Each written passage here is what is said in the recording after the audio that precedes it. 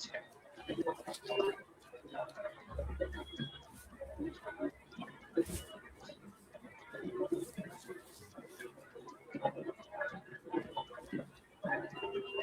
আমাদের দাদা দিদি আমাদের লাইভ আর কি শুরু হয়ে গেছে।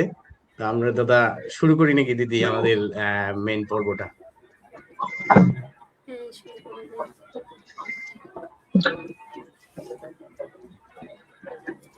নমস্কার এবং শুভ সন্ধ্যা। আজকের এই বিশেষ অনলাইন টক শোতে আপনাদের স্বাগতম জানাচ্ছি। আমি আছি আপনাদের সাথে খোকন বর্মন। আমাদের আজকের আলোচনার বিষয় যৌতুকমুক্ত সমাজ গঠনে তরুণ নেতৃত্বের ভাবনা। যৌতুক আমাদের সমাজের একটি প্রাচীন অভিশাপ, যা আজও বহু মেয়ে এবং পরিবারের স্বপ্ন ধূলিসাৎ করে দিতেছে। আমরা বিশ্বাস করি আমাদের তরুণ প্রজন্মই পারবে এই যৌতুক প্রথার মুক্ত করতে। তো আজকের এই গুরুত্বপূর্ণ বিষয়ে আলোচনার জন্য আমাদের সাথে যুক্ত আছেন দুইজন বিশেষ অতিথি, যারা মাঠ পর্যায়ে কাজ করছেন এবং তরুণদের প্রতিনিধি হিসেবে কথা বলবেন আজকে আমাদের টক শোতে। আমি স্বাগতম জানাচ্ছি আমাদের আজকের অতিথিদের। প্রথমে আমি স্বাগতম জানাই সৌরভ কুমার মাহাতো দাদা, যিনি সভাপতি বাংলাদেশ মাহাতো আদিবাসী ছাত্র সংগঠন মিসাপ, যিনি পড়াশোনা করছেন সিএসসি ড্যাফোডিল ইন্টারন্যাশনাল ইউনিভার্সিটি থেকে। এবং দ্বিতীয়তে যে দিদি আছেন ওপি মাহাতো রানী দিদি, সাধারণ সম্পাদক বাংলাদেশ মাহাতো আদিবাসী ছাত্র সংগঠন মিসাপ, ওর শিক্ষার্থী, যিনি বায়োটেকনোলজি অ্যান্ড জেনেটিক ইঞ্জিনিয়ারিং মাওলানা ভাসানী বিজ্ঞান ও প্রযুক্তি বিশ্ববিদ্যালয় থেকে পড়াশোনা করতেছেন। তো দাদা দিদি, আমরা আলোচনার পর্বটা শুরু করি নাকি? হ্যাঁ, শুরু করতে পারি আমরা। আজকের আলোচনার পর্ব, চলুন আমরা কথা না বাড়িয়ে আজকের আলোচনার পর্বটা শুরু করি। যে আজকে আমি প্রথম প্রশ্নটা রাখতেছি সৌরভ দাদার কাছে, যে আপনার শুরুটা কিভাবে হয়েছিল দাদা এই যৌতুকের বিরুদ্ধে, এবং তরুণ নেতৃত্ব হিসেবে যৌতুক বিরোধী এই সামাজিক আন্দোলনে যুক্ত হওয়ার পিছনে গল্পটা যদি আমাদেরকে একটু সংক্ষিপ্ত ভাবে বলতেন। ধন্যবাদ খোকন। প্রথমেই মুভমেন্ট এগেইনস্ট ডাউরি কে ধন্যবাদ জানাই এমন গুরুত্বপূর্ণ একটি সময় উপযোগী আয়োজন করার জন্য। আমরা আসলে দেখি যে যৌতুক আসলে একটি যে সামাজিক সমস্যা, শুধু এটাই নয়, এটা আমাদের মানবিক মূল্যবোধ বা সম্মান বোধ, সামাজিক ন্যায় বিচার এইগুলোর সাথেও জড়িত। আমরা আমাদের আশেপাশে যৌতুকের কারণে তো অনেকেই দেখেছি যে তাদের হয়তো অনেক ক্যারিয়ার ধ্বংস হয়ে যেতে দেখেছি, বা ছোটবেলা থেকেই আমাদের সমাজে অনেক পরিবার যৌতুকের কারণে কষ্ট মুখে রেখেছি।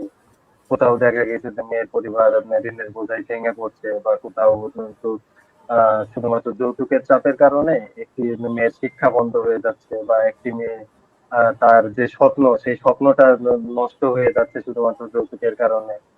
আবার সবচেয়ে কষ্টের বিষয় যেটা, সেটা হলো অনেক সময় এই বিষয়গুলোকে সমাজ আসলে স্বাভাবিকভাবে নেয়। দেখা যায় যে আমাদের মধ্যে কিছু প্রচলিত কথা আছে যে যৌতুক, হ্যাঁ ঠিক আছে, এটাই তো নিয়ম আসলে, বা সবাই তো নিচ্ছে, সবাই তো দিচ্ছে, এইটাই হয়তো সমাজের নিয়ম। তো এই কথাগুলো শুনতে শুনতে দেখা যায় যে এই অন্যায় বা স্বাভাবিক এই অন্যায় কথাটাও অনেকে হলো স্বাভাবিক ভাবে নেওয়া শুরু করেছে, বা স্বাভাবিক ভাবে নিচ্ছে। তো একজন তরুণ হিসাবে আসলে বিষয়গুলো আমাকে বেশ গভীর থেকে নাড়া দিয়েছিল, যার জন্য আমার কাছে মনে হয়েছে যে আমরা যদি শিক্ষিত হয়েও অন্যায়ের বিরুদ্ধে কথা না বলি, তাহলে শিক্ষার প্রকৃত মূল্যটা আসলে কোথায়। সেখান থেকেই সামাজিক সচেতনতা নিয়ে কাজ করার আগ্রহ তৈরি হয়। আর সেখান থেকে এখন পর্যন্ত তো মোটামুটি আমাদের যে সংগঠন বাংলাদেশ মানব আদিবাসী ছাত্র সংগঠন মিসাপ, এটার সঙ্গে আমি দীর্ঘদিন যাবৎ প্রথমে সদস্য হিসেবে আমার যাত্রা শুরু হয়েছিল। এরপরে আমি সংগঠনের দপ্তর সম্পাদক ছিলাম। এরপরে আমি সংগঠনের এখন বর্তমানে প্রেসিডেন্ট হিসেবে আছি। তো সেখান থেকে আসলে আমাদের যে এই যৌতুকটা নিয়ে কাজ করা উচিত, বা সামাজিক সচেতনতা তৈরি করা উচিত, এটা আসলে তৈরি হয়েছিল। আমি বিশ্বাস করি যে পরিবর্তন শুরুটা হয় আসলে সচেতনতা থেকেই। আর সচেতনতা তৈরিতে তরুণদের ভূমিকা এটা অবশ্যই গুরুত্বপূর্ণ। তো ধন্যবাদ ম্যাডাম। ধন্যবাদ দাদা, আপনার এই অনুপ্রেরণা থেকে আপনাদের যৌতুক মুক্ত সমাজের একটা সুন্দর পরিবর্তন আসুক, আমরা আশা রাখি। তো আমরা এখন ওই একই প্রশ্ন আমরা দিদির কাছে যাই, যে দিদি আসলে আপনার এই শুরুটা, যৌতুক নিয়ে কাজ করার শুরুটা কিভাবে হয়েছিল, এবং আপনি একজন যৌতুক আর কি একজন তরুণ নেতৃত্ব হিসেবে এর পিছনে যদি গল্পটা বলতেন, আসলে আমাদের সমাজের যে বাস্তব চিত্রগুলো তুলে ধরে একটু যদি আপনি বলতেন গল্পটা। আহ, ধন্যবাদ খোকনকে আমাকে আসলে এরকম একটা প্ল্যাটফর্মে কিছু বলার সুযোগ করে দেওয়ার জন্য। আর ধন্যবাদ জানাই যে প্ল্যাটফর্ম থেকে আমাদের ডাকা হয়েছে। তো এখানে যে মেয়েরা আসলে আগায় আসছে, এটা সব জায়গায় হয় না। আমি নিজেও এটা নিয়ে যখন প্রথম দিকে কাজ করি, তো মেয়েরা আসলে প্রথম দিকে অতটা আগ্রহী হয় না, বা তাদের ফ্যামিলি সাপোর্টটা ওইভাবে থাকে না। তো সেখান থেকে যে মানে এরকম একটা প্ল্যাটফর্ম তৈরি করা গেছে, তো এটার জন্য অনেক ধন্যবাদ। আর আমার এখানে আসা বলতে, আমি যে সংগঠনের সাথে আছি সেটা হচ্ছে মিসা, বাংলাদেশ মাহতো আদিবাসী ছাত্র সংগঠন। আহ, আমি প্রথম দিকে যখন স্টুডেন্ট থাকি, ক্লাস 8-এ একটা প্রাইজ নেওয়ার জন্য আমি এই সংগঠনে যাই। তো যাওয়ার পর যখন আমি দেখি যে সব স্টুডেন্টরা এখানে কাজ করে, তো আসলে সত্যি কথা বলতে তখন আমার আসলে সংগঠনের প্রতি একটা ভালো লাগা থাকে। তো সংগঠনের প্রতি ভালো লাগা আহ, থেকে আমি যখন সংগঠনে আসি, এখানে এসে আরো আমি অনেক কিছু জানতে পারি সিনিয়রদের কাছ থেকে। সমাজের যে সমস্যাগুলো সেগুলো সম্পর্কে জানতে পারি। আর ধীরে ধীরে বড় হওয়ার সাথে আমি দেখি যে আমার আশেপাশে মেয়েরা যৌতুকের কারণে অনেক ধরনের সমস্যায় পড়ে। এর মধ্যে দেখতে গেলে আমার রিলেটিভ, খুব কাছের একজন, তার বাসায় দেখা যায় যে যৌতুক কম দেবার কারণে তাকে দীর্ঘদিন আর কি অনেক কষ্ট সহ্য করতে হয়, শ্বশুর বাড়ি থেকে অনেক ধরনের নির্যাতনের শিকার হইতে হয়। ইভেন একটা বেবি হবার পরেও তার উপর অনেক রকম অত্যাচার করা হয়। তো এইগুলো আমার প্রথম দিকে খুব খারাপ লাগে যে যৌতুকের উপর ডিপেন্ড করেই কেন একটা মেয়ের ভবিষ্যৎ নির্ধারিত হবে। আহ, তারপর গত ক্যাবিনেটে আমি সদস্য হিসেবে ছিলাম। সেখানে কিছু মেয়ের সাথে আমার কাজ করা হয়েছে। সেখানে বলা চলে যে শুরু। তো তারপর এই ক্যাবিনেটে এসে আমি এখন সাধারণ সম্পাদকের পদে আছি। কিছু জনের সাথে কথা বলা হয়েছে, তারাও আসলে আগ্রহী এরকম একটা কাজ করার জন্য, কিন্তু তারা ওইভাবে সুযোগটা পাইতেছে না, বা ফ্যামিলি থেকে সব ধরনের সাপোর্টটা পায় না। আমাদের দেখা যায় যে মেয়েরা যখন সামনের দিকে আগায় তখন আসলে ফ্যামিলি সাপোর্টটা ওইভাবে পায় না। অনেকেই বলে যে মেয়ে হিসেবে পড়াশোনাটা করাই দোষ, সেখান থেকে একটা সংগঠনে আসবে, সংগঠনে এসে সোসাইটির জন্য কাজ করবে, মানুষের সামনে বারবার যাবে। তো এই ভয়গুলো তাদের মধ্যে থাকেই। আহ, তো তারপর আমি যদি বলি আমাদের সংগঠনের কথা, আমাদের সংগঠনে কিন্তু মেয়ে খুব একটা আসতো না। আমাদের এবারে যে ক্যাবিনেট, এই ক্যাবিনেটে মনে হয় সর্বোচ্চ মেয়ে আসছে। তো আমার বলা চলে যে এই যে অনেক কিছু করার যে ইচ্ছা, অনেক অনেক কিছু করার যে পরিকল্পনা ছিল, সেগুলো আগে থাকলেও দেখা গেছে যে সেটা নিজের মধ্যেই থাকতো, কিন্তু এবার আসলে ক্যাবিনেট প্রকাশিত হওয়ার পর মেয়েদের নিয়ে একটু আগানোর সুযোগটা হয়েছে।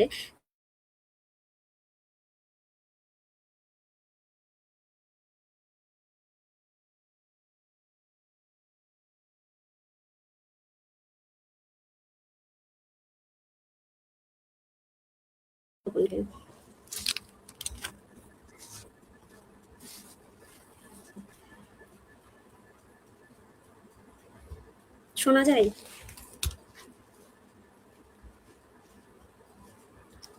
হ্যাঁ দিদি, শোনা যাইতেছে। আপনার হয়তো একটু নেটের সমস্যার কারণে শুনে মাঝখানে কিছু কথা শোনা যায়। আচ্ছা।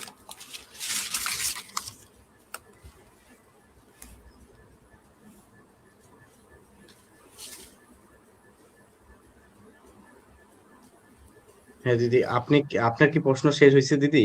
উত্তর? হুম। হুম, ধন্যবাদ দিদি। আমরা চাই যে আপনার এই যে সাহসী উদ্যোগ, যে আপনাদের অর্গানাইজেশনের সাহসী উদ্যোগ, যেখানে আপনারাও কার্যক্রম করতেছেন এই যে সমাজের কুসংস্কার দূর করা নিয়ে, আশা করব আপনারা ভালো কিছু উপহার দিবেন আপনাদের জাতিগোষ্ঠী বা সমাজের জন্য।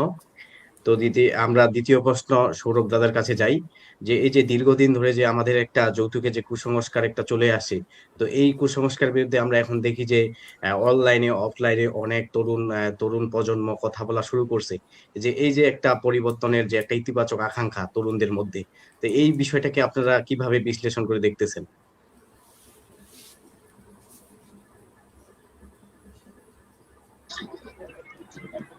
আহ, আমার মতে পরিবর্তনের সবচেয়ে শক্তিশালী জায়গা যেটা, সেটা হলো ব্যক্তিগত সিদ্ধান্ত বা পারিবারিক শিক্ষা যেটা বলে। তো যখন একজন তরুণ সাহস করে বলে যে আমি যৌতুক নেব না, তখন সেটি একটি ব্যক্তিগত সিদ্ধান্ত থাকে না, বরং সেটি আসলে সমাজের সমাজের জন্য একটি বার্তা দেয়, বা সমাজকে আসলে চোখে আঙুল দিয়ে দেখিয়ে দেয় যে না, তরুণরা উদ্যোগ নিচ্ছে। আহ কারণ সমাজ পরিবর্তনের জন্য আসলে সবসময় বড় আন্দোলন দিয়ে শুরু হয় না, অনেক সময় ছোট ছোট আন্দোলন থেকেও বা অনেক সময় ব্যক্তিগত সিদ্ধান্ত থেকেও অনেক বড় পরিবর্তন আসে। তরুণরাই যেহেতু আগামী দিনে তাদের পরিবার গঠন করবে বা সমাজ গঠন করবে এবং সমাজের নেতৃত্ব দিবে, তো তাদের চিন্তা ভাবনার পরিবর্তন পুরোটা সমাজকে প্রভাবিত করতে পারে বলে আমার কাছে মনে হয়।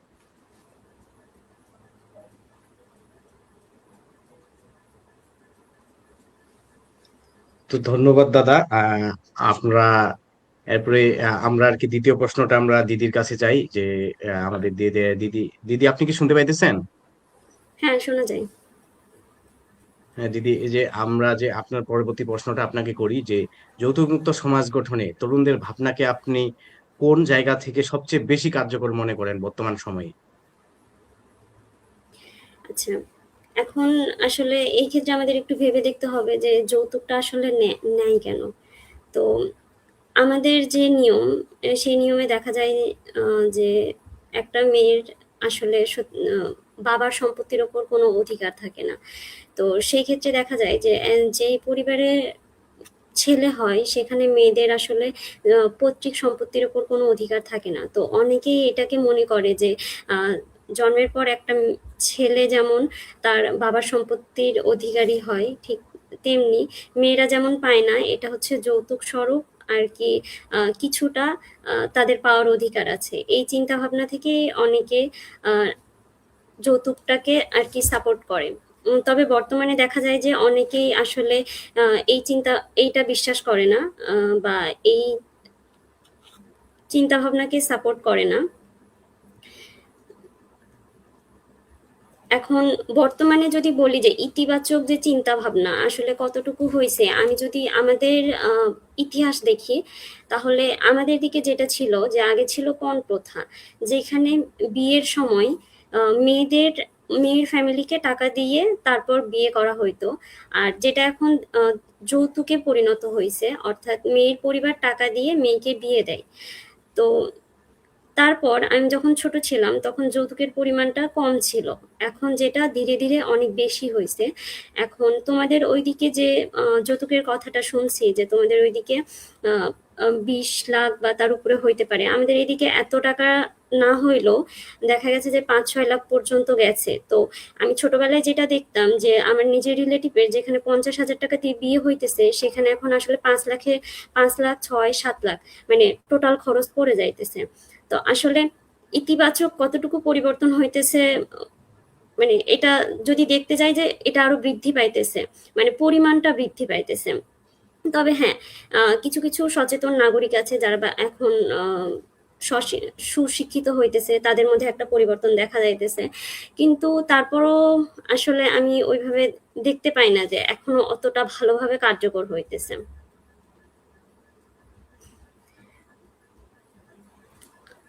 তো ধন্যবাদ দিদি, আপনার আসলে যে চিন্তা ভাবনাগুলো তুলে ধরলেন, আসলে আমাদের এটা দিন দিন আর কি যে হারে বৃদ্ধি পাইতেছে, এটার একটা আমাদের আর কি যে সমাধান দরকার। তো দাদা, না দিয়ে ধন্যবাদ দিদি আপনার প্রশ্ন রাখার জন্য, উত্তর রাখার জন্য। তো এরপরে আমরা প্রশ্নটা চলে যাই দাদার কাছে, যে দাদা আসলে যে আমাদের সমাজে যে এখনো যৌতুক প্রথা টিকে আছে, এর পিছনে আসলে আমাদের সামাজিক কারণগুলো কি কি আপনি মনে করেন?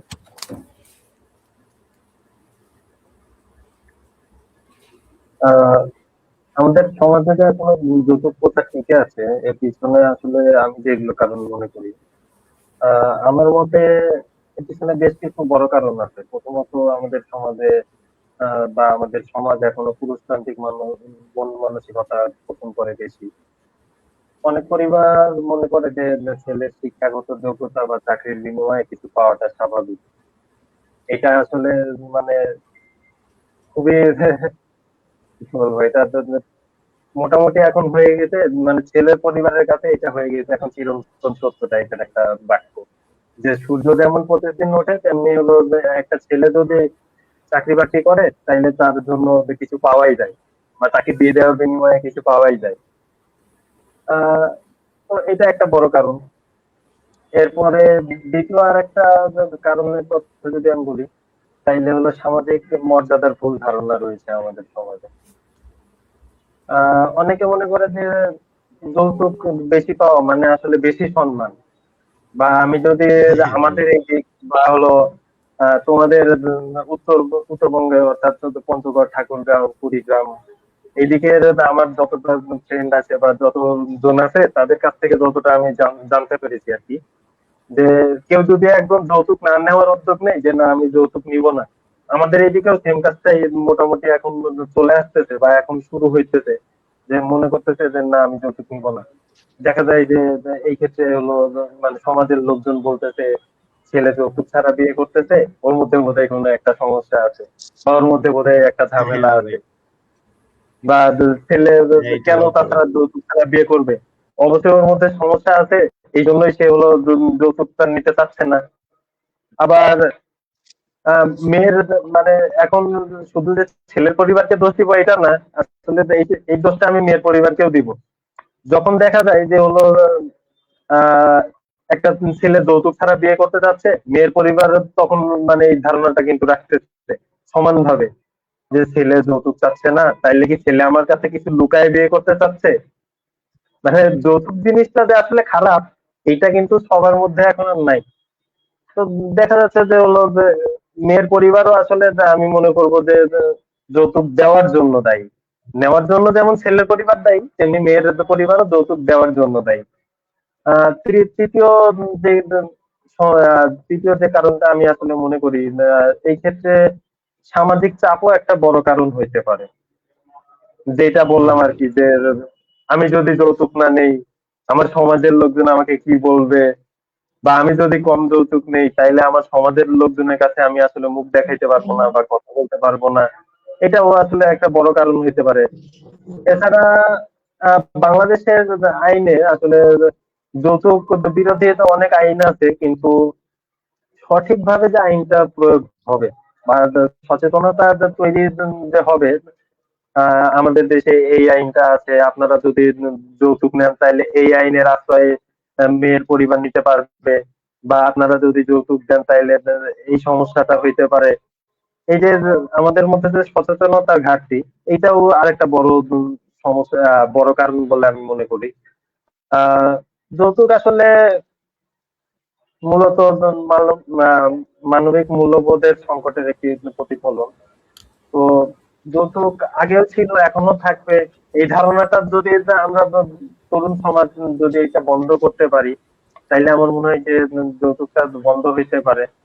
আর এরপরে আরো অনেক কথাবার্তাই হবে, আমি আর কথা না বাড়াই, হুম, হুম, হুম। পরের কিছু। জি দাদা, ধন্যবাদ দাদা আপনার সুন্দর মন্তব্য রাখার জন্য। আসলে আমাদের যৌতুকের জন্য এক পক্ষকে আসলে দোষ করা ঠিক না। আসলে আমাদের উভয় পক্ষেরই সমস্যা আছে, মেয়ে পক্ষ এবং ছেলে পক্ষ। তো এটার আমাদের আসলে পরিবর্তন দরকার। তো আমরা আর কি এরপরে এখানে প্রশ্ন দিদির কাছে চলে যাই। আমি এই বিষয়ে আর কিছু হ্যাঁ দিদি। বলতে চাইতেছি, যে এখানে হ্যাঁ হ্যাঁ দিদি, আরো বলতে একটা পারেন। জিনিস কাজ করে, যে ছেলের পরিবারের থেকে মেয়ের পরিবারের আরো বেশি দোষ থাকে কিছু ক্ষেত্রে। এটার কিছু বলি, যে যখন একটা ছেলে ভালো একটা চাকরি করে, ওই ছেলে যখন এক বাড়িতে বিয়ের প্রপোজাল দেয়, তখন দেখা যায় যে তার আশেপাশের বাড়িতে খোঁজ যদি পায়, এক বাড়ি যদি বলে যে আমি 4 লাখ দিব, আরেক বাড়ি এসে বলেন 5 লাখ দিব, যেন আমার বাড়িতেই সে মেয়ে বিয়ে করে। এটা একটা কারণ। এটা হচ্ছে মেয়ের পরিবারই আর কি ওই নিলামের মতো দরদাম করে। তো স্বাভাবিকভাবেই যারা হচ্ছে পুরাতন মন মানসিকতার, দেখা যায় যে তারা হচ্ছে অনেকটা ওই যে যেখানে বেশি যৌতুক পায় সেখানে চলে যায়। আরো একটা কারণ আছে। আমি আমার আমার এক ফ্রেন্ডের কথা বলি, নামটা না বলি।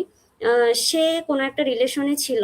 আহ, সে তার হচ্ছে মানে যাকে বিয়ে করতে চাইতেছে সে বলছে যে আমি বিয়ে করব না, যদি তুমি 5 লাখ টাকা যৌতুক দিতে পারো তাহলেই বিয়ে করব। তো ওই মেয়ের ফ্যামিলিতে কিন্তু 5 লাখ টাকার মতো অবস্থা ছিল না, কিন্তু তারপরও ওই মেয়ের জেদের কারণে মেয়ের পরিবার 5 লাখ টাকা কোনোভাবে ম্যানেজ করে বিয়েটা দিছে। তো সবসময় আসলে যে ছেলেদের দোষ থাকে এমনও না, এক্ষেত্রে মেয়েদেরও দোষটা থাকে। উম, তারপরে আরো কিছু চিন্তা ভাবনা থাকে যে এই আহ, যৌতুকের যে দরদামটা এটা হচ্ছে জবের উপর ভিত্তি করে হয়, যে কে কত গ্রেডের জব করে, ইনকাম স্যালারি কত, তার উপর ভিত্তি করে এই হচ্ছে যৌতুকের টাকাটা আর কি ডিপেন্ড করে। আরো একটা মন মানসিকতা আছে যেটা আমি দেখি আশেপাশে, যে ছেলের পরিবার সবসময় চায় যে যে বিয়েটা হবে বিয়ের সম্পূর্ণ খরচটা মেয়ের পরিবার থেকে আসুক। মে- ছেলের পরিবারের শুরু থেকে শেষ পর্যন্ত যাবতীয় খরচটা তারা চায় যে মেয়ের পরিবার থেকে যৌতুকটা পাবে সেই যৌতুকের উপর ভিত্তি করে বিয়েটা হবে। তো দেখা যায় যেই পরিবার যৌতুক বেশি পাইতেছে তাদের বিয়ের ধুমধামটা অনেক বেশি, যারা কম পাইতেছে তাদের তুলনামূলকভাবে কম। তো তখন ওরা যখন ফ্রেন্ড সার্কেলে কথা বলে একজন আরেকজনকে বলে, আচ্ছা হচ্ছে তুই কত টাকা পাইতেছিস, আমি তো আমার বিয়েতে এগুলো করতেছি, তোর বিয়েতে কি কি করবি, বা বিয়ের মধ্যে আরো যে কিছু মানে যেটা প্রয়োজন না বিয়েতে খরচ করার মতো এমনও কিছু বিষয় থাকে সেগুলোতেও অতিরিক্ত একটা খরচটা আর কি বিষয়। বাড়ায় দেয়, হ্যাঁ অতিরিক্ত খরচ করে। হুম যেটা হুম হচ্ছে অনেকটা শো আপ, মানে মানুষের মধ্যে শো আপ জিনিসটা হুম। এত বেশি ঢুকে গেছে যে এই শো আপ করার জন্যই যৌতুকের পরিধিটা আরো বৃদ্ধি পাইতেছে। তো ধন্যবাদ। ধন্যবাদ দিদি। আসলে আমাদের যে যৌতুকটা আসলে যেটা আমাদের একটা বর্তমান একটা প্রতিযোগিতা শুরু হয়ে গেছে আসলে, কে কত নিতে পাইতেছে আর আমি কত নিতে পারবো, এই এমন একটা সমাজের মধ্যে প্রতিযোগিতামূলক হয়ে গেছে যৌতুকটা। দিদি ধন্যবাদ আপনার আর কি বক্তব্য রাখার জন্য। এরপরে আর কি প্রশ্নটা আপনার কাছে যাই যে আসলে যৌতুক যে একটি আর কি শুধু লেনদেন নয়, বরং একটা যে আমাদের যে নারীদের একটা যে ছোট হিসাবে দেখা হয় সমাজে, তো এই বিষয়ে আপনার মতামত কি দিদি? আসলে এটা খুবই দৃষ্টিকটু দেখায়, মানে সরাসরি যদি বলি, এখানে দেখা যায় যে একই ফ্যামিলিতে দুইজন বউ বউ হয়ে আসলো। হুম হুম প্রথম জনের বিয়ে হয়েছে 2 বা 5 বছর আগে, পরের জনের বিয়ে হয়েছে 2 বা 5 বছর পরে। তো স্বাভাবিকভাবেই মানে আমি যদি বলি যে যৌতুকটা দিয়ে দুইজনের বিয়ে হয়েছে, কেউ যদি আগে দিয়ে থাকে 3 লাখ হুম আর কেউ পরবর্তীতে যখন আসে 5 লাখ দিয়ে, তখন ওই জিনিসটা ওদের মাথায় কাজ করে না যে আজ থেকে 2, 3, 5 বছর আগে টাকার হচ্ছে মূল্যটা কতটুকু ছিল। পরবর্তীতে যে হুম আসে হুম ওই জিনিসটাই হাইলাইটেড হয় যে সে এত টাকা নিয়ে আসছে। তো সেই ক্ষেত্রে আহ, খুবই কমন যে বিষয়টা দেখা যায় যে পরিবারের মধ্যে এই জিনিসটা মানে কখনো ঝামেলা হইলে এই জিনিসটা দিয়ে কেমন যেন মানে খোঁটা দিয়ে কথা বলা হয়, ঝামেলাটা শুরু হয়, হ্যাঁ হ্যাঁ হ্যাঁ। ঝামেলা শুরু হয় যে কে কত টাকা দিয়ে আসছে। স্বাভাবিকভাবেই যে বেশি টাকা দিয়ে আসে বা বেশি জিনিস নিয়ে আসে আহ, সে নিজেকে অনেক বড় মনে করে, আরেকজনকে ছোট মনে করে। তো এখানে দেখা যায় যে আসলে মেয়েরাই মেয়েদের ছোট করে। আরেকটা যেটা জিনিস, যে বিয়ের মধ্যে যেটা হয় বেশিরভাগ মানে বিয়ের নিয়ম কি, বিয়েতে আমরা যাদেরকে ইনভাইট করব তারা আসবে, আমার হচ্ছে বরকনেকে আশীর্বাদ করবে চলে যাবে। কিন্তু অনেকেই আসে এসে দেখে যে আসলে বিয়েতে সে কি কি পাইছে, উপহার কি কি। আহ, হুম হুম হুম হুম। এখন উপহারের পরিমাণটা যখন বাড়ে বা কমে, যখন বাড়ে তখন বলে যে বাহ মেয়ের পরিবারে এত টাকা উঠছে, তার মানে মেয়ের বাবা অনেক জায়গায় অনেক কিছুই দিয়ে রাখছে। আর যখন টাকার পরিমাণ বা জিনিসের পরিমাণটা কমে তখন শুনতে হয় যে ছোট ঘরের হচ্ছে মেয়েকে বিয়ে করে নিয়ে যাইতেছে, বাবা হয়তো কোথাও কিছু দিয়ে রাখে না এই জন্য কিছু ওঠে নাই। তো এই ক্ষেত্রে অবশ্যই মেয়েদের ছোট করে। আরো একটা হ্যাঁ জিনিস, হ্যাঁ। আহ মেয়েদের তো যৌতুকের মাধ্যমে কিছু টাকা যায়, তারপরে যেটা হয় যে এই যে বিয়ের মধ্যে যে উপহারটা ওঠে, ছেলের পরিবারে যেটা ওঠে সেটা তো ছেলের পরিবারে, মেয়ের পরিবারে যে উপহারগুলো ওঠে এগুলো একদম লিস্ট করা হয়, কে কত টাকা দিতেছে, কে কি গিফট দেওয়া হয়, এটা গাড়িতে ওঠার সময় সম্পূর্ণটা নেয়। আচ্ছা, উপহারটা না হয় নিল, এটা হচ্ছে নতুন দম্পতিকে উপহার স্বরূপ দিল, কিন্তু যে টাকাটা দেওয়া হয় এটাও পাই টু পাই হিসাব করে নিয়ে নেয়। তো এইটা আসলে দেখতে কেমন না? আর ঠিক এই টাকাটাই পরিশোধ করে পরবর্তীতে বাবা মা, মানে যতদিন বেঁচে থাকবে কে কি দিয়ে আসছে তার মেয়ের বিয়েতে এগুলো তার পরিশোধ করতে হয়। তো অবশ্যই এটা হচ্ছে মেয়েদের সম্মানকে ক্ষুণ্ণ করে। আরো একটা জিনিস যে আহ, মেয়ের হচ্ছে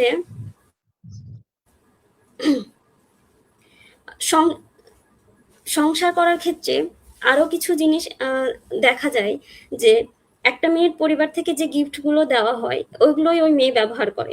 যদি ভুলবশত মেয়ের ঘর সাজানোর মধ্যে এমন কিছু থাকে যেটা মেয়েকে দেওয়া হয় নাই, হয়তো সেটা আগে থেকেই তার শ্বশুর বাড়িতে ছিল, সেটা ব্যবহার করতে গেলেও মেয়েকে অনেক সময় কথা শুনতে হয় যে ওই মেয়ে তো ওর বাসা থেকে কিছুই নিয়ে আসে নাই, ওর বাসা থেকে আনলে তো ব্যবহার করতো। এগুলো তো বলার কিছু না।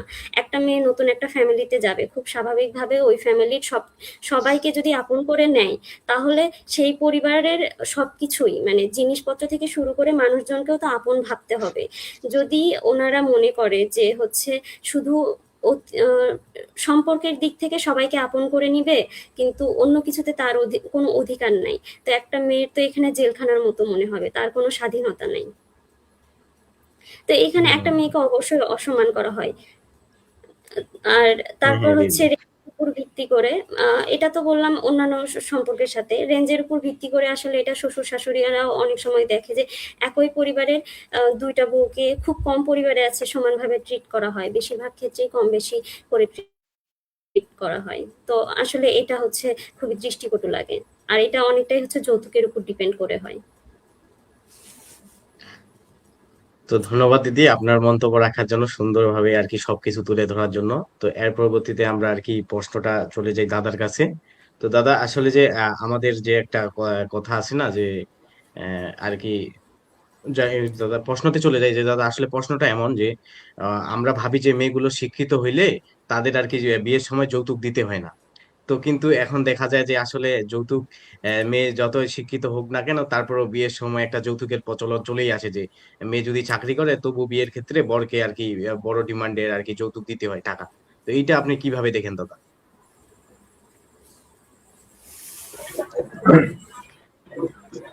আহ, মেয়েরা শিক্ষিত বা স্বাবলম্বী হওয়ার পরে যৌতুকের শিকার হচ্ছে বা যৌতুক দিতে হচ্ছে, এর পিছনে বেশ কিছু কারণ থাকতে পারে।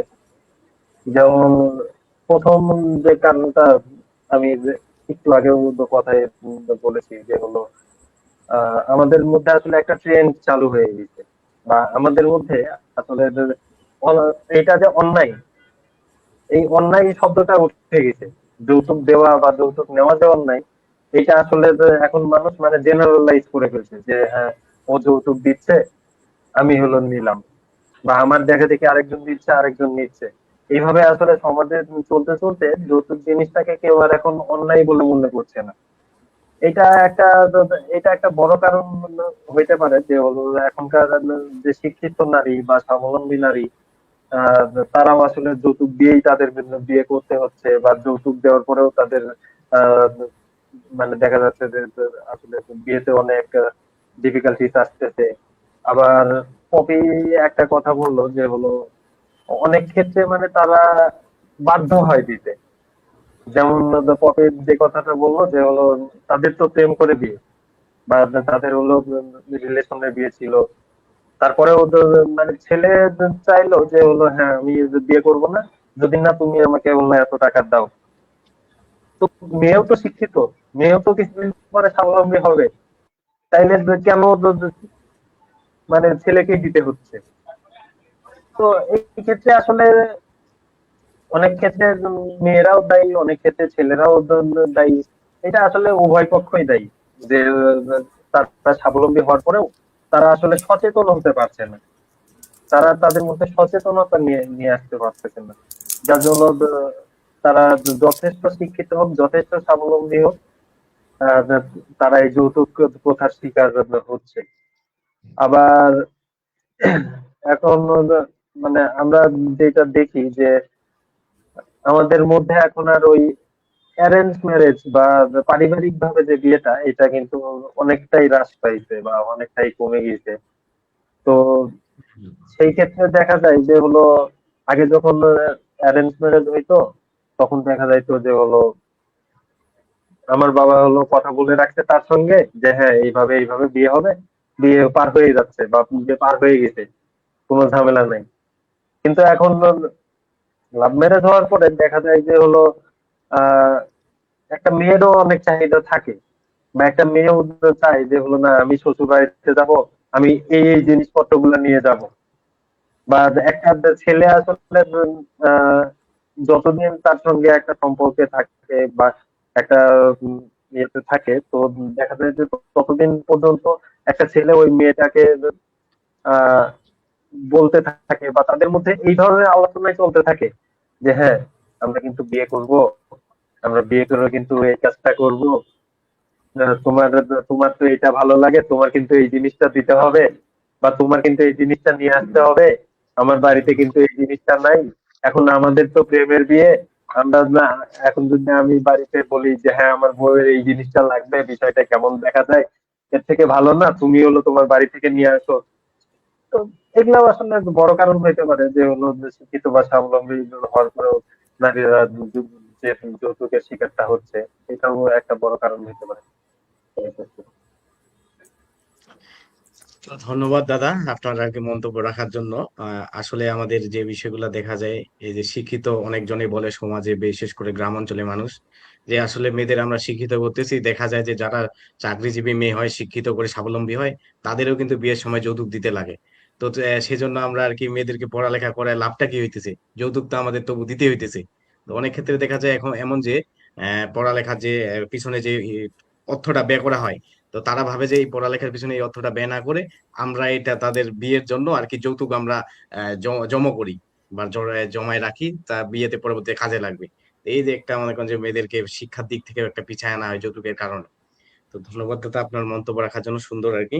তো আমরা আর কি পরবর্তীতে প্রশ্ন দিদির কাছে যাই, যে আসলে দিদি যে আমাদের যে যৌতুক বিরোধী মনে করেন যে মনোভাব বা আন্দোলন, তো এটা আর কি তরুণ সমাজ কিভাবে মাঠ পর্যায়ে আরো আর কি সুন্দরভাবে কার্যক্রম করতে পারে?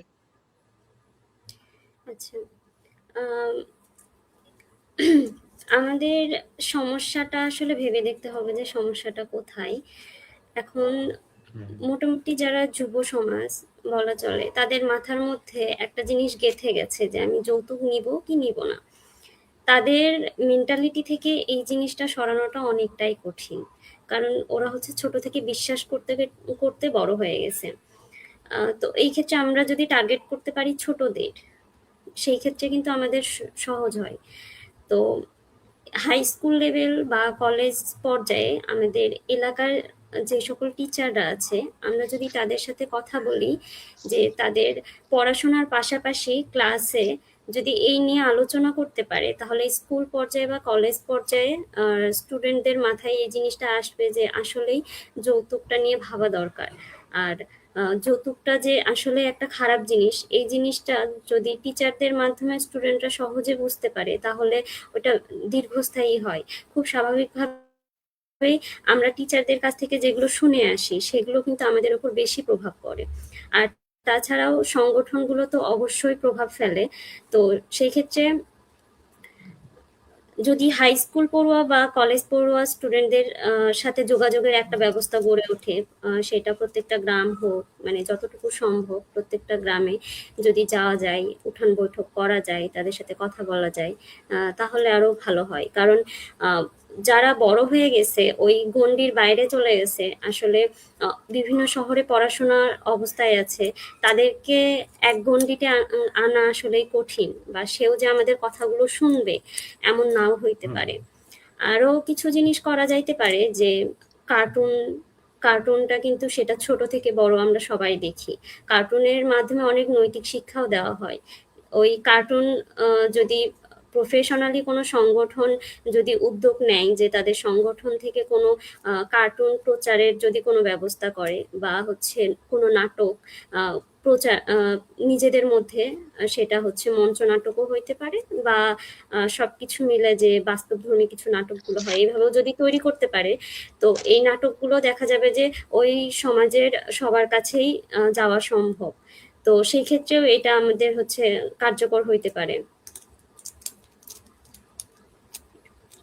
তো ধন্যবাদ দিদি, আসলে আমাদের পরিবর্তনের জন্য অনেক পদক্ষেপ প্রয়োজন। তো সেই পদ্ধতিগুলো বাস্তবায়ন হইতে আসলে আমাদের সমাজের অনেক আর কি প্রভাবশালী ব্যক্তির প্রয়োজন, পাশাপাশি আমাদের যুব সমাজকে সচেতনতা অতি প্রয়োজন। তো দাদা, না দিদি, ধন্যবাদ আপনাকে। তো এরপরে আমরা প্রশ্নটা রাখি দাদার কাছে যে আসলে বিয়ের সময় যে দাদা দেখা যায় যে আহ, একটা যে উপহার বা সদিচ্ছার নামে যে একটা যৌতুকের একটা প্রবণতা আছে, যে আমরা যৌতুক নেব না কিন্তু উপহার হিসেবে যা দিবে সেটাই আমরা গ্রহণ করব, এই যে এমন একটা আর কি প্রচলন ইয়া আছে আমাদের প্রথা। তো এটা আপনি কিভাবে দেখেন? আহ, এইটা আসলে মানে অনেকে আছে যে দেখা যাচ্ছে যে নিজেরা অন্যদের বলতেছে যে হ্যাঁ যৌতুক কিন্তু নেওয়া যাবে না, যৌতুক কিন্তু ভালো না, যৌতুক দেওয়া অন্যায় বা নেওয়া অন্যায়। কিন্তু মানে দেখা যাচ্ছে তাদের যে সময়টা আসতেছে বা তাদের যখন সেই রকমের একটা সিচুয়েশন তৈরি হচ্ছে, তখন সেই ক্ষেত্রে তারা হলো বলতেছে যে হ্যাঁ এটা তো উপহার হিসাবে দিতেই পারেন আপনি আপনার মেয়েকে, বা আপনি আপনার আহ, মেয়ের যখন শ্বশুর বাড়িতে যাবে, কে এই জিনিসটা ইউজ করবে, কে এই জিনিসটা ব্যবহার করবে, এটার সুফল ভোগী আসলে কারা হবে, এটা সুফল ভোগী দিন শেষে ঘুরে ফিরে আপনার মেয়েই হবে। হ্যাঁ, এই যে একটা ইয়েটা যে আমি নিজে বলতেছি অন্যকে যে যৌতুক নেওয়া যাবে না, কিন্তু আমার যখন আমার সময়টা আসতেছে আমি তখন এই যৌতুকটাকে হলো ঘুরায় বলতেছি যে না যৌতুক নিব না আমি বা তারা হলো কথাটাকে জেনারেলাইজ করার জন্য দেখা যাচ্ছে যে হলো শুধুমাত্র ক্যাশ টাকাটাকে হলো তারা যৌতুক বার হিসাবে মানে তৈরি করে দিচ্ছে আর কি, যে ক্যাশ টাকা এইটা শুধু যৌতুক, আর বাদ বাকি যা দিবা ফার্নিচার বা ফ্রিজ এগুলা কোনো কিছু হলো যৌতুকের আন্ডারে পড়ে না, এগুলো হলো উপহার। আহ, আসলে এইটা যদি আমরা বলি তো আমাদের এটা হলো আসলে মানসিকতার সমস্যা আমি বলবো। আমাদের এই যে মানসিকতাটা পরিবর্তন আনতে হবে প্রথম কথা। কারণ যে উপহার উপহার তারা চাচ্ছে এই উপহারটাও তো আলটিমেটলি যৌতুক যৌতুক ডিরেক্ট ক্যাশ না হলেও এই উপহারটা কিনতে গিয়েও দেখা যাচ্ছে যে মেয়ের পরিবারকে স্ট্রাগল করতে হচ্ছে, বা দেখা যাচ্ছে যে ছেলের পরিবার থেকে উপহারের নামে এত জিনিসপত্র চাওয়া হচ্ছে যে লাক্সারি লাইফস্টাইল দিতে হবে, দামি ফ্ল্যাট দিতে হবে, দামি গাড়ি দিতে হবে, আহ মেয়ে হলো ফ্যানের বাতাসে থাকবে, এটা কেমন দেখায়, ছেলের ঘরে একটা এসি লাগাই দিতে হবে। আসলে যদি আমরা দেখতে চাই যে ক্যাশ টাকা এটা নিতে গেলে দেখা গেল যে হলো একটা পরিবার হয়তো 5-10 লাখ টাকা দিয়ে ক্যাশ টাকা শেষ হয়ে গেল। কিন্তু যখন উপহার উপহার চাওয়ার ক্ষেত্রে এই জিনিসটা কিন্তু কমায় চাওয়া হয় না, বা এই জিনিসটা তখন কিন্তু আর টাকার সাথে তুলনাই করা হয় না। একটা ফ্রিজ দিতে হবে, একটা গাড়ি দিতে হবে, একটা এই দিতে হবে, একটা ফার্নিচার দিতে হবে, মানে তখন আর টাকার হিসাবটাই থাকতেছে না।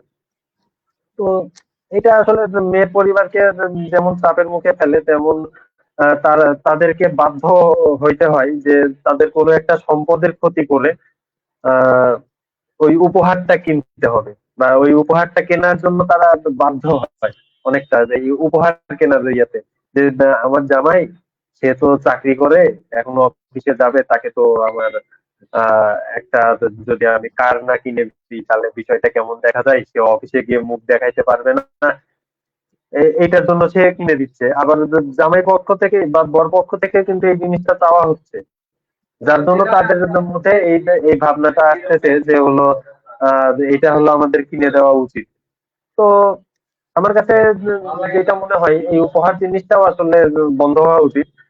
উপহার যদি দিতেই হয়, উপহার যদি দিতেই হয় তাইলে অবশ্যই সেইটা যেন মেয়ের পরিবারের সদিচ্ছাই হয়, যে না ছেলের পরিবার থেকে কোনো কিছু নাই, যে না আমি হলো না শুধু আপনার যে মেয়ে, আপনার মেয়েকে দিচ্ছে না এতে আমি ধন্য, আমার আর কোনো কিছু দরকার নেই। এইরকম যদি হয়, এখন মেয়ের পরিবার থেকেও যেহেতু এখন আমাদের সবার মধ্যে এই জিনিসটা চলে আসছে যে আমার মেয়েকে, একটা মাত্র মেয়ে, সে ওই ঘরে যাবে, তাকে আমি কিছু দিয়ে দিব। তো এইরকমটা যদি হয় যে না, মেয়ের পরিবার থেকে তাদের সামর্থ্য অনুযায়ী তারা দিচ্ছে, ছেলের পরিবার থেকে চাচ্ছে না বা ছেলের পরিবার থেকে কোনো কিছুই না, এই রকমটা যদি হয় তাইলে তাদের সামর্থ্যের মধ্যে থাকলে যতটা দিচ্ছে, এটা যদি হয় যে না আমার মেয়ের জন্য শুধু আমি একটা খাঁটি দিতে পারছি, এতটাও যদি হয়, এতটাই না। কিন্তু এটা যদি দেখা যায় যে কোনো এক পক্ষের চাপে পড়ে জমি জায়গা সেগুলোর ক্ষতি করে আমাকে হলো উপহার দিতে হচ্ছে, বা আমি সমাজে মুখ দেখাইতে পারতেছি না, আমাকে আমি যদি আমার মেয়েকে খালি হাতে পাঠাই তাইলে কি হবে না হবে, আমি সমাজের সবার কাছে কিভাবে বলবো যে আমার মেয়েকে আমি খালি হাতে পাঠাইছি। এইরকম চিন্তা ভাবনা থেকে যদি জমি জায়গার ক্ষতি করে উপহার দেওয়ার চিন্তা ভাবনা করে তাইলে এটা অবশ্যই ক্ষতি। ধন্যবাদ। ধন্যবাদ দাদা। আসলে যে আমরা দেখি আসলে উপহার বা যৌতুক, যে আমরা অনেকেই বলে এখন যে আমরা যৌতুকটাকে আর কি ডিজিটাল রূপান্তর করছে, যে উপহার, যে মেয়ের পরিবার উপহার হিসেবে যা নিবে আর কি তাই নিবে, অথচ দেখা যায় যে ভিতরে ভিতরে তারা উপহার বিভিন্ন কিছু ডিমান্ড করছে, গাড়ি বাড়ি থেকে ধরো করে সোনা গয়না যা কিছু লাগে যে দাবি করে রাখছে যে উপহার হিসেবে। তো দাদা ধন্যবাদ। তো দাদা এরপরে আমরা দিদির কাছে প্রশ্ন রাখি, যে আসলে দিদি যে আমাদের সমাজে যে প্রচলিত অনেকজন আছে যে যারা আর কি আমাদের ধর্মটাকে অপব্যাখ্যা করে, যে আমাদের একটা যৌতুক নেওয়ার যে প্রবণতা সৃষ্টি করে, আসলে ধর্মীয় অপব্যাখ্যা দিয়ে যৌতুকের নাম আর কি যৌতুককে তারা প্রমোট করতেছে। তো এই দিক দিয়ে আসলে আপনাদের মন্তব্য কি?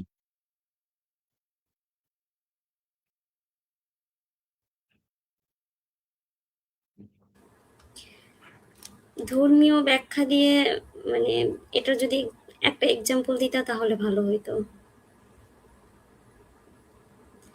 হ্যাঁ, যে যেমন দেখেন যে দিদি অনেকে বলে যে আসলে যৌতুক নেওয়াটা আসলে আমাদের ইয়াতেই আছে আর কি, আমাদের বিয়ের একটা কালচারেই আছে বা আমাদের শাস্ত্রেই আছে। যেমন অনেকজনে আর কি এই বিষয়গুলো বলে যে আসলে যৌতুকটা নেওয়া আমাদের জন্য আর কি একটা ধর্মীয় ইয়ে আর কি, যে নিয়ম, যে নিতেই লাগবে, যে এরকম একটা যে ইয়া চলে আসে, যে মেয়ের পরিবার সম্পত্তি পায় না তার জন্য আমাদের আর কি বিয়ের সময় যৌতুকটা নিতেই লাগে, এমন আর কি অপব্যাখ্যা অনেক আর কি আমাদের গ্রাম অঞ্চলে দেওয়া হয়।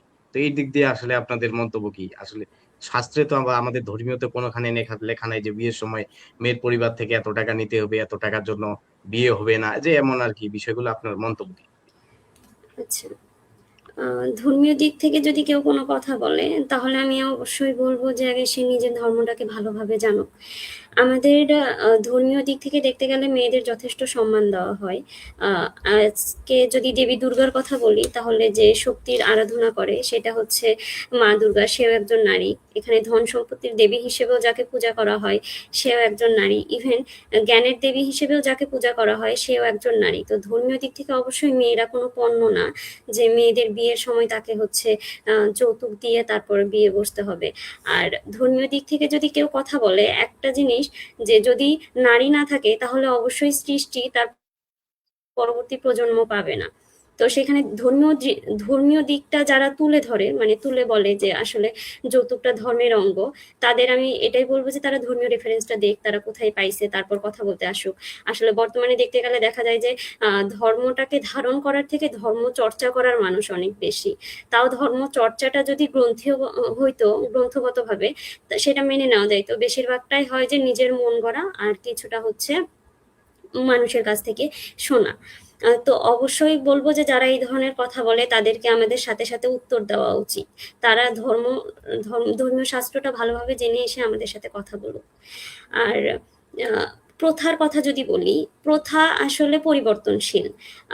প্রথা আমাদের হচ্ছে যে প্রথা আজ থেকে ১০০ বছর প্রচলিত ছিল সেই প্রথা অবশ্যই এখন চলবে না। যদি আমি ধর্মীয় দিক থেকেই বলি, আমাদের যে হচ্ছে জীবনের কথা বলছে যে আমাদের ৪টা পর্যায় পার করতে হয়, গারস্থ, ব্রহ্মচর্য, গারস্থ, তারপর হচ্ছে যে, তো এইগুলোর ক্ষেত্রে দেখা যায় যে সেখানে আমাদের সন্ন্যাস যে পর্বটা আছে, বর্তমানে কি সত্যি এরকম কোন হচ্ছে পরিস্থিতি আছে যে একজন বনে গিয়ে তপস্যা করতে পারবে? হুম এরকম হুম হুম। পরিস্থিতিটা কিন্তু নাই। তো নাই, জি। স্বাভাবিকভাবেই হ্যাঁ, তো সময়ের সাথে কিন্তু আমাদের অনেক কিছুই পরিবর্তনশীল। আর প্রথা কখনোই মানে একটা প্রথা সম্পূর্ণভাবে ধর্ম হইতে পারে না। প্রথাটা পরিমার্জিত হয়ে সময়ের সাথে পরিবর্তিত হয়ে সেটার যে সুন্দর রূপটা আসে সেটাই হচ্ছে সবার আরকি সবার কাছে গ্রহণযোগ্য হওয়া উচিত। তো এখানে প্রথার কথা বলে যারা এটাকে হচ্ছে প্রমোট করে আমি তাদের সাপোর্ট করি না।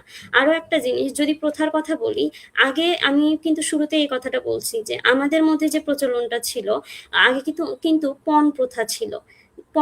পণ প্রথাতে যেটা ছিল যে মেয়ের পরিবারকে টাকা দিয়ে ছেলের পরিবার হচ্ছে নিয়ে আসতো, কিন্তু সেটা এখন উল্টা হয়ে কনভার্ট হয়ে গেছে কি যে মেয়ের পরিবার টাকা দিতেছে তারপর হচ্ছে বিয়ে হইতেছে। তো এটা আসলে প্রথাতেও নাই আমাদের ধর্মেও নাই, যারা এই কথাগুলো বলে পুরাটাই আর কি ভণ্ডামি। আমার এটাই বলার ছিল। আর যদি পরবর্তীতে কেউ আরো কিছু বলতে চায় ধর্ম নিয়ে, তো অবশ্যই বলবো যে রেফারেন্স নিয়ে কথা বলা উচিত। হুট করে একটা কথা বলে দিলেই হয় না।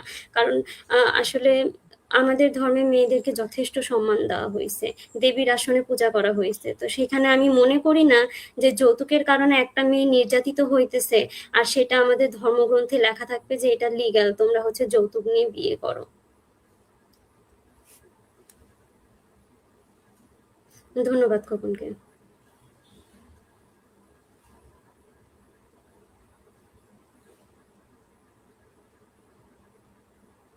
শোনা যায়?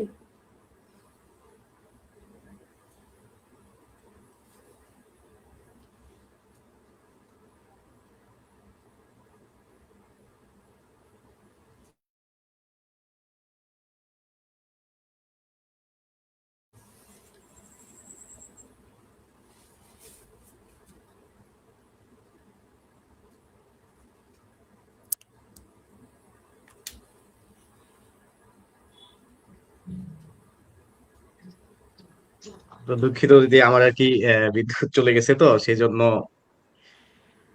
শুনতে পাইতেছেন দিদি আমার কথা?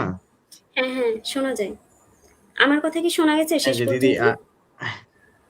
হ্যাঁ হ্যাঁ দিদি, গেছে। তো দিদি তাহলে আমি আর কি পরবর্তী প্রশ্ন দাদার কাছে যাই। এই যে দাদা, আসলে অনেকজনই আর কি বলে যে আসলে আমরা যে সোশ্যাল মিডিয়া যে ক্যাম্প গুলা করি যৌতুক বিরোধী আন্দোলনে, তো এই যে আর কি সোশ্যাল মিডিয়া ক্যাম্প করা বা এই সচেতনামূলক তৈরি করা আর কি যৌতুকের প্রতি কিভাবে আর কি পজিটিভ ইম্প্যাক্ট ফেলবে যে সমাজের জন্য। আসলে অনেকেই বলে যে আসলে গ্রাম পর্যায়ে কাজ, মাঠ পর্যায়ে কাজ না করে আমরা কেন সোশ্যাল মিডিয়া গুলা প্রচার প্রচারণা করতেছি। তো এই দিক থেকে আসলে সোশ্যাল মিডিয়া প্রচার প্রচারণা করলে কি কি আর কি সুযোগ সুবিধা হতে পারে?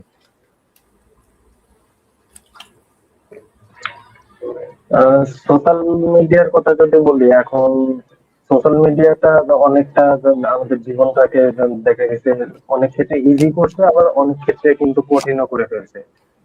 তো বর্তমান সময়ে একসঙ্গে যদি আমরা দেখা যায় যে 10,000 মানুষ বা 20,000 বা সেটা যদি লাখখানেক মানুষও হয়, তাদের কাছে যদি আমি পৌঁছাইতে চাই, আমি হলো প্রত্যেকের ঘরে ঘরে গিয়ে পৌঁছানোটা আমার জন্য অনেক চাপ হবে, বা প্রত্যেকের কাছে যাওয়াটা আমার জন্য অনেক কষ্ট হবে। আবার প্রত্যেকের ঘরে ঘরে গিয়ে সচেতনতা তৈরি করতে গেলে আমার অনেকটা সময়ের দরকার আছে, অনেকটা শ্রম ব্যয় করতে হবে। ওইখানে দেখা যাবে যে একটা খরচার বিষয় থাকে। কিন্তু সেই দিক থেকে যদি আমি বিবেচনা করে বা তুলনা করে যদি আমি বলতে চাই, তাহলে সোশ্যাল মিডিয়াতে এই জিনিসটা খুবই কম। বা আমাদের সোশ্যাল মিডিয়া ব্যবহার করে আমরা যদি সচেতনতা আহ, বৃদ্ধি করতে চাই, সেই ক্ষেত্রে আমাদের অলমোস্ট ধরতে গেলে একদম জিরো কস্টিং এ আমরা এই সচেতনতা তৈরি করতে পারবো। যেমন আমি যদি ফেসবুকের কথা বলি বা ইউটিউবের কথা বলি, তো আমরা এই যে এখানে মুখে মুখে আসলে যৌতুক যৌতুক নিয়ে অনেক কথাই বলতেছি বা অনেক কিছুই আমরা শেয়ার করতেছি। তো এখানে আরো যারা আছে তারা হয়তো যৌতুক নিয়ে অনেক কথা বলে, কিন্তু এই জিনিসটাই যখন আমি আসলে সোশ্যাল মিডিয়াতে দেখা যাবে যে ভিডিও আকারে পাবলিশ করতেছি বা বিভিন্ন ব্যানার প্ল্যাকার্ড আকারে পাবলিশ করতেছি, এটা দেখা যায় যে আমি হলো পাবলিশ করার পরে আহ 1 ঘন্টার মধ্যে দেখা গেছে 10,000 লোক দেখতে পাচ্ছে, বা আবার 10 মিনিটের মধ্যে 10,000 জনের কাছে পৌঁছানো সম্ভব, যেটা আসলে তো ফিজিক্যালি পৌঁছানোটা সম্ভব না। আবার আহ, এই যে এখন যে লাইভটা হচ্ছে বা আমরা এখন যে লাইভ টক শোতে যুক্ত আছি, তো এই লাইভ টক শোটাও যদি দেখা যায় যে সোশ্যাল মিডিয়া না থাকতো, তাহলে এখন যতজনই আমাদেরকে দেখতেছে বা যতজনই শুনতেছে, তারা কিন্তু এই সুযোগটা পাইতো না। তাদেরকে হয় কি করতে হয়তো, আমাদের হলো হয়তো আমরা পঞ্চগড়ে একটা স্টেজ করলাম, বা আমরা ঠাকুরগাঁতে একটা স্টেজ করলাম, ওইখানে আমরা হলো 100 জন বা 200 জন, সর্বোচ্চ গেলে আমরা 1000 জনের বসার একটা জায়গা করলাম। এর বেশি বসার জায়গা করা আমার মনে হয় না পসিবল। দেখা যায় যে হলো আমরা 1000 জনের, ধরা গেল যে আমরা 1000 জনের বসার জায়গা করলাম, 1000 জনকে আমরা ইনভাইট করলাম, তারা এসে ওই জায়গাতে বসে আমাদের কথাগুলো শুনলো বা তারা তাদের মতামত গুলা জানাইলো। এক্ষেত্রে দেখা যায় যে আমাদের যে কথাগুলা বা তাদের যে কথাগুলা, এগুলা শুধুমাত্র ওই 1000 জন বা ওইখানে যতজন উপস্থিত থাকে ততজনের মধ্যেই যে সীমাবদ্ধ থাকে। আবার ফিজিক্যালি বা আমরা যদি সশরীরে এই জিনিসগুলা মাঠ পর্যায়ে গিয়ে যদি এই জিনিসগুলা কাজ করতে চাই, তাইলে দেখা যাবে যে হলো আমি আজকে একটা বাড়িতে বলে আসলাম, আমাকে আবার পরের দিন হলো তার পাশের বাড়িতে বলার জন্য যাইতে হবে, তারপরের দিন আবার তার পাশে এইভাবে করে দেখা যাবে যে অনেকটা সময় লেগে যাবে। যার জন্য দেখা যাচ্ছে যে হলো আমি যে কথাটা এক বাড়িতে বলে আসছি, পরের দিন যখন আমি আরেক বাড়িতে ওই কথাটা বলতে যাইতেছি, তখন সেই বাড়িটা পর্যন্ত জানতেছে, বা তার পরের বাড়িতে যখন কথাটা বলতে যাইতেছি তখন সেই বাড়ি পর্যন্ত জানতেছে। কিন্তু যখন আমরা দেখতেছি যে আহ, এইভাবে 10 দিন, 15 দিন বা 20 দিন চলে গেছে, তখন আমি ওই যে শুরুতে যে বাড়িতে কথাটা বলছি ওই বাড়ি কথাটা গেছে বলে তাদের আসলে এই জিনিসটা মনেই নাই যে আমার সঙ্গে যৌতুক বিরোধী যে একটা সংগঠন, সেই সংগঠনের কিছু প্রতিনিধি আমার সঙ্গে দেখা করছিল, তারা এই কথাগুলো বলে গেছিল। বা আমরা যে কথাগুলো বলতে চাই বা যে মেসেজটা তাদের কাছে পাঠাইতে চাই, এটা দেখা যাবে যে সেই ক্ষেত্রে হলো মডিফাইড হয়ে যাইতে পারে। তো এই ক্ষেত্রে মানুষের মধ্যে আবার আরেকটা ভ্রান্ত ধারণা তৈরি হইতে পারে, বা ভ্রান্ত ধারণা তাদের মধ্যে পৌঁছাইতে পারে যে আহ ওরাই তো, তারা তো যৌতুক বিরোধী কাজ করে, তারাই তো এই কথাটা আমাকে বলে গেছে, কিন্তু আমি কিন্তু বলে গেছি অন্য কথা।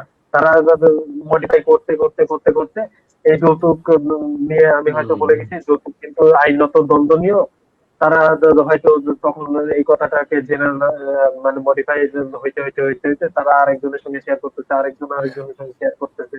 এভাবে শেয়ার করতে করতে দেখা যাচ্ছে যে কথাটা মডিফাই হইতে হইতে এমন একটা পর্যায়ে চলে গেল যে না ঠিক আছে, যৌতুক তো দেওয়াই যায়, সবাই তো দিচ্ছে, ও অমুকজন তো দিচ্ছে। আসলে কথাগুলো কিন্তু জেনারেলাইজ হয় এইভাবেই।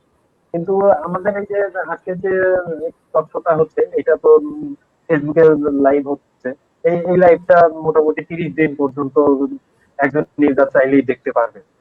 অর্থাৎ আমরা যে কথাগুলো বলে যাচ্ছি বা আমরা যে মেসেজটা তাদের কাছে দিতে চাচ্ছি, এই মেসেজটা তারা চাইলে এই মাসের শেষ পর্যন্ত তারা এসে রিপিট করে করে এই জিনিসগুলো জানতে পারবে, এই যে কথাগুলো শুনতে পারবে। এই কথাগুলো মডিফাই হওয়ার কোনো সুযোগ নাই। বা এই এই জিনিসটাই যদি আমরা আবার হলো ডাউনলোড করে এটা যদি ইউটিউবে বা এটা যদি আমরা ফেসবুক পেজে পোস্ট করে রাখতে পারি, তাহলে দেখা যাবে যে এটা বছরের পর বছর, যুগের পর যুগ চলে যাবে, কিন্তু এই কথাগুলা মডিফাই হবে না, তিল থেকে তাল হবে না।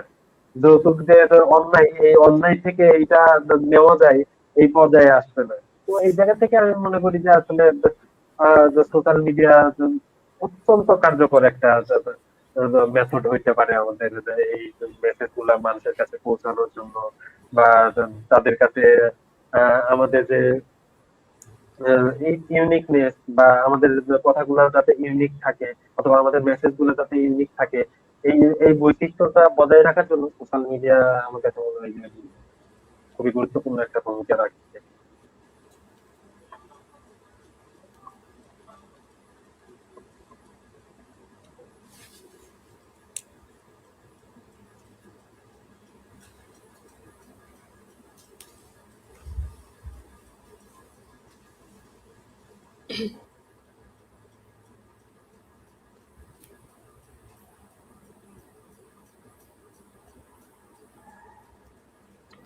তখন শুনতে পাচ্ছ?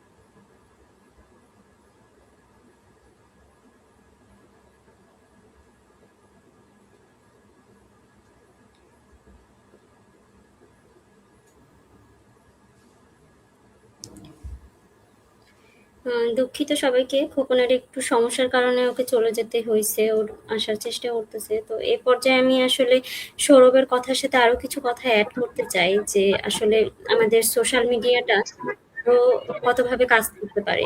যেমন আমরা ছোট থেকে শিখে আসছি যে থ্যাংক ইউ মানে ধন্যবাদ।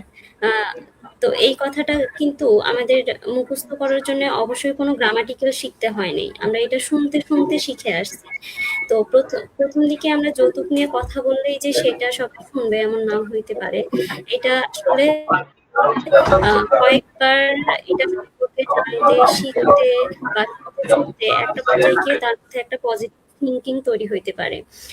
এখন যদি মাঠ পর্যায়ে কাজ করা যায় তো দেখা যায় যে একটা ফ্যামিলিতে একবার যাওয়া যায়, দুইবার যাওয়া যায়, তিনবার আসলে যাওয়া যায় না। এখানে টাকার একটা বিষয় থাকে।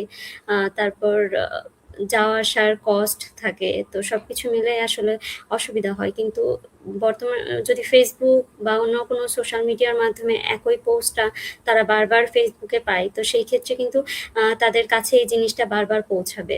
আরো একটা জিনিস আছে যে বর্তমানে মিটিং যদি কেউ করে তাহলে মিটিং এর মধ্যে থেকেও অনেকে ফোন চালায়, অন্য মানে সোশ্যাল মিডিয়া ব্যবহার করে। তো সেই ক্ষেত্রে আহ, আসলে মনোযোগটা দেখা যায় যে অনেকটাই সোশ্যাল মিডিয়া মুখী হয়ে গেছে আমাদের।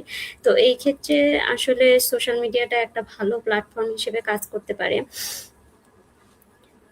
আরো যেটা আমি এর আগেও বলছি যে যদি নাটক বা কার্টুন এই জাতীয় কিছু ভিডিও তৈরি করে এগুলো সোশ্যাল মিডিয়াতে পোস্ট করা যায় তাহলে সচেতনতা তৈরি করাটা আরো সহজ হয়। একটা ছবি বা কার্টুনের ক্যারেক্টার আমাদের মধ্যে যতটা প্রভাব ফেলে, কখনো কখনো উঠান বৈঠক করেও দেখা যায় যে এতটা প্রভাব নাও ফেলতে পারে। আর ওই সচেতনতাটা আসলে আহ বড়দের থেকে এখন ছোটদের মধ্যে করাটা বেশি দরকার। কারণ বড় হওয়ার পর আসলে তাদের মেন্টালিটি চেঞ্জ করাটা অনেক কঠিন, কিন্তু ছোট থেকে তাদের মধ্যে যদি একটা পজিটিভ থিঙ্কিং আনা যায় তাহলে এই কাজটা করা আরো সহজ হয়। তো এই ক্ষেত্রে আসলে সোশ্যাল মিডিয়াটা অনেক বড় একটা প্ল্যাটফর্ম হিসেবে কাজ করতে পারবে।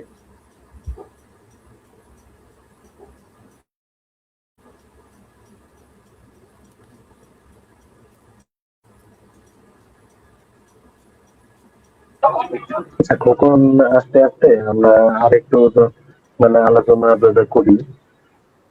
আহ, আমাদের কিন্তু দেখা যায় যে হলো যৌতুক শুধু গ্রামে যে আছে এইটা না, যৌতুক কিন্তু শহরেও আছে। এবং দেখা যায় যে হলো যৌতুক গ্রাম বা শহর দুইটার ক্ষেত্রে যৌতুকের ধরন আবার ভিন্ন হয়। দুইটার মধ্যে পার্থক্য থাকে। দুইটার ক্ষেত্রে যৌতুকের অ্যামাউন্ট কম বেশি হয়। দুইটার ক্ষেত্রে অনেক কিছু আসলে দেখা যায় যে অমিল থাকে। যেমন আমি যদি বলি যে হলো গ্রামাঞ্চলে সরাসরি যৌতুক হিসাবে দেখা যায় যে হলো আপনার টাকা বা জমি বা গবাদি পশু বা অন্যান্য সম্পদের দাবি করা হয়, যা আসলে শহরাঞ্চলে দাবি করা হয় না। কারণ স্বাভাবিকভাবেই যে হলো গ্রামের যে লাইফস্টাইল, এই লাইফস্টাইলের সঙ্গে শহরের লাইফস্টাইল মিলবে না। বা আমার সিরাজগঞ্জের অজপাড়া গ্রামের মানুষের যে থিঙ্কিং, ওইটার সঙ্গে ঢাকায় থাকা একজন মানুষ বা ঢাকায় থাকা একটা ফ্যামিলির থিঙ্কিং মিলবে না। যার জন্য দেখা যায় যে গ্রামাঞ্চলে যে যৌতুক, এটার সঙ্গে শহরাঞ্চলের যৌতুকের অনেকটা বেশি পার্থক্য দেখা যায়।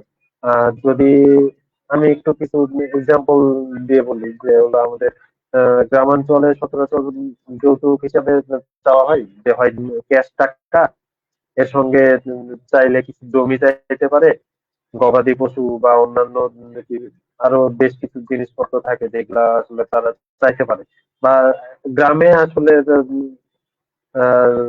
সিম্পল একটা লাইফস্টাইল লিড করার জন্য যা যা দরকার বা সেখানে যা যা আমাদের দরকার সেই জিনিসগুলা তারা যৌতুক হিসাবে চাচ্ছে। কিন্তু যদি আমি সেম জিনিসটা যদি শহরাঞ্চলের কথা বলতে যাই, তাহলে শহরাঞ্চলে দেখা যায় যে আহ, শহরাঞ্চলে দেখা যায় যে হলো যে শহরাঞ্চলে তারা চাচ্ছে যে আহ, দামি গাড়ি, দামি ফ্ল্যাট, লাক্সারি লাইফস্টাইল এরকম। তো আমার কাছে যেটা মনে হয় যে আহ যৌতুকের আসলে রূপ ভিন্ন। গ্রামের রূপ একটা, শহরের রূপ আরেকটা, কিন্তু রূপ ভিন্ন হইলেও মানসিকতা আসলে একই। তো সেটা যদি আমি মানসিকতার কথা বলি, সেটা হলো সবকিছু আহ, সবকিছু আসলে অর্থের সাথে যুক্ত। আহ, তো সবচেয়ে বড় বড় মানসিকতা যেটা আমাদের তৈরি করতে হবে সেটা হলো তরুণ সমাজের মধ্যে যৌতুক জিনিসটাকে না বলাটা শিখাইতে হবে, বা যৌতুক যাতে তারা না নেয় সেই জন্য আমাদের বেশি বেশি করে ক্যাম্পেইন চালানো দরকার। বা তারা যদি যৌতুক নেয় বা কেউ একজন যৌতুক চাচ্ছে, সেই ক্ষেত্রে আমরা চাইলে হলো তরুণ সমাজ আমরা হলো তাদের যারা যৌতুকটা নিতে চাচ্ছে তাদের বিরুদ্ধে আমরা আইনি ব্যবস্থা গ্রহণ করতে পারি, বা আইনি ভাবে তাদেরকে সচেতন করতে পারি। আর আবার আইনের কথায় যেহেতু আসলাম, এক্ষেত্রে আমাদের দেখা যায় যে ম্যাক্সিমাম যত পরিবার আছে সবাই হলো না আসলে আইন সম্পর্কে অতটা জানে না, বা আইনের বিষয়ে তাদের জানার অনেক ঘাটতি আছে। যার জন্য তারা যার জন্য তারা আসলে এই জিনিসটা মানে কিভাবে প্রয়োগ করবে বা কোথায় গেলে আসলে আইনি সহায়তাটা পাবে, এটা তারা আসলে সঠিক ব্যবহার করতেই পারতেছে না।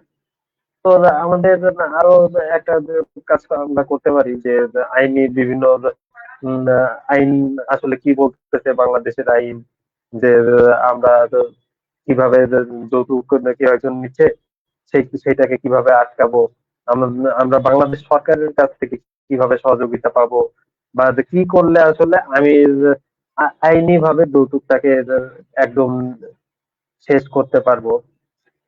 এইটা তো সম্পর্কে আমাদের বেশি বেশি আসলে ধারণা দেওয়া দরকার সাধারণ মানুষদের মধ্যে। তো আমার মনে হয় খোকনের কিছু একটা সমস্যার কারণে ও আসলে ডিসকানেক্ট হয়ে গেছে আমাদের কাছ থেকে। তো আমি আসলে যেহেতু এখন খোকন নাই, আর আমরা আসলে টক শো একদম শেষ পর্যায়ে চলে আসছি, তো আমি পপিকে অনুরোধ করবো একদম সমাপনী কিছু কথা বলে যেন শেষ করে দেয়। ধন্যবাদ সকলকে।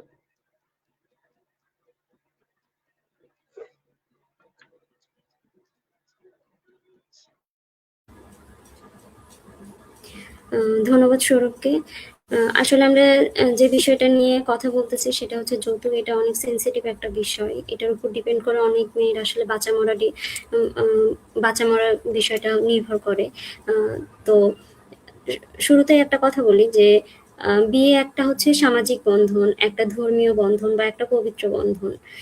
সে এটা তৈরি, এটার ভিত্তি হচ্ছে বিশ্বাস, ভরসা, তার উপর ভিত্তি করে। এখন একটা মেয়ের যখন বিয়ে হয় তখন ছেলের পরিবার থেকে যদি যৌতুক দাবি করে, একটা মেয়ের মেন্টালিটির উপরেও হচ্ছে এটা প্রেশার পড়ে, বা আসলে বিশ্বাসের উপরেও একটা আর কি প্রভাব পড়ে। একটা বিয়েতে শুধু যে একটা ছেলে মেয়ের সম্পর্ক তৈরি হয় এমন না, দুইটা পরিবারের সম্পর্ক তৈরি হয়। আর অবশ্যই এটা খুবই একটা সম্পর্ক। এখন সেখানে যদি দেখা যায় যে একটা মেয়ের পরিবারের বিয়ের খরচ থেকে মানে খরচ থেকে শুরু করে একটা ছেলের পরিবারের বিয়ের খরচটাও তারা চালাইতে পারে, তাহলে একটা ছেলের পরিবারের কেন শুধু নিজেদের খরচটা চালাইতে পারে না? আমি ছেলের পরিবারের খরচের কথা বললাম কারণ ছেলেরা এইভাবে যৌতুকটাকে নেয় যে মেয়ের পরিবার থেকে যে যৌতুকটা তারা পাবে সেই যৌতুকটা তারা তাদের বিয়েতে খরচ করবে, যেন তাদের বিয়েতে কোনো রকম হচ্ছে খরচ না হয়। তো এটা আসলে করাটা কতটুকু যুক্তিসঙ্গত?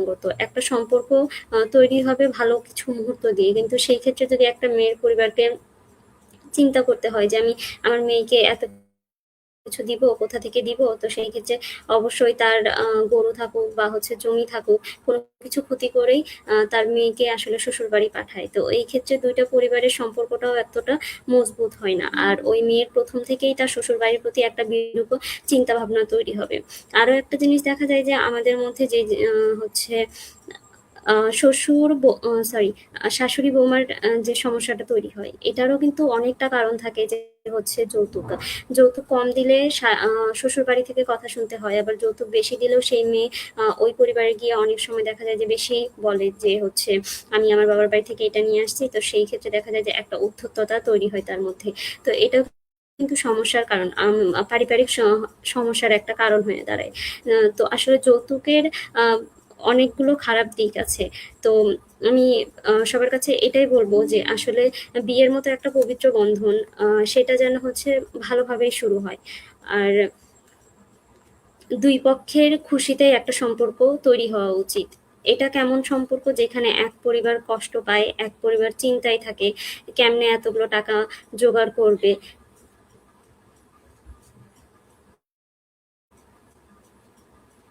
শোনা যায়?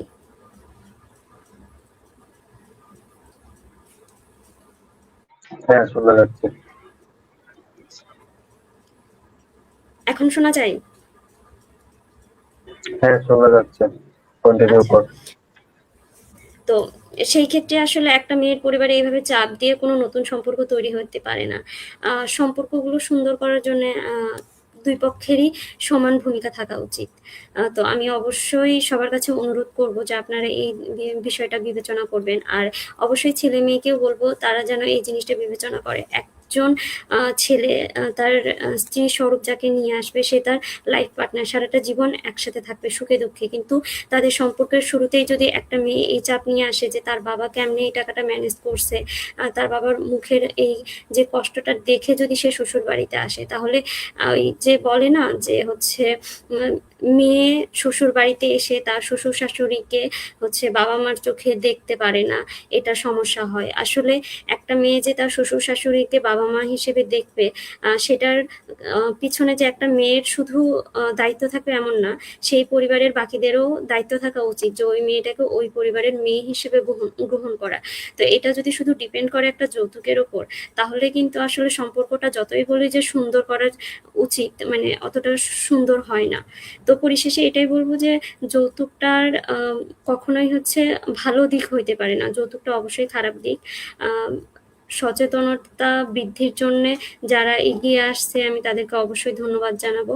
আর সেই সাথে বাকিদের কাছে অনুরোধ করব যে যারা আসলে এই বিষয়টা নিয়ে এখনো এতটা মাথা ঘামায় না, যে এটা একটা প্রথা হয়ে আসছে, আহ, এইভাবেই চলতে থাকুক। একজন টাকা নিচ্ছে আমি কেন নিব না, এই চিন্তা ভাবনাগুলো যাদের মধ্যে আছে তারা আবার পুনর্বিবেচনা করুক, তাদের সম্পর্কগুলো যেন আরো সুন্দরভাবে কিভাবে তৈরি করা যায় সেটা নিয়ে। তো পরিশেষে আমি অবশ্যই ধন্যবাদ জানাবো সেই সংগঠনকে যারা আমাকে এরকম একটা প্ল্যাটফর্ম তৈরি করে দিয়েছে কথাগুলো বলার জন্য। আসলে আমিও একটা মেয়ে, আমারও এটা নিয়ে একটা ভয় কাজ করতেই পারে যে পরবর্তীতে আমার বিয়ের সময় যদি যৌতুক দাবি করা হয়, সেই মুহূর্তে আমার চিন্তা ভাবনাটা কেমন থাকবে। আহ ধন্যবাদ।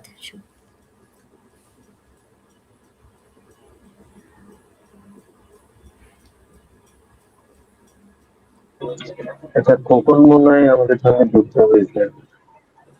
খোকন, শুনতে পাচ্ছ কি?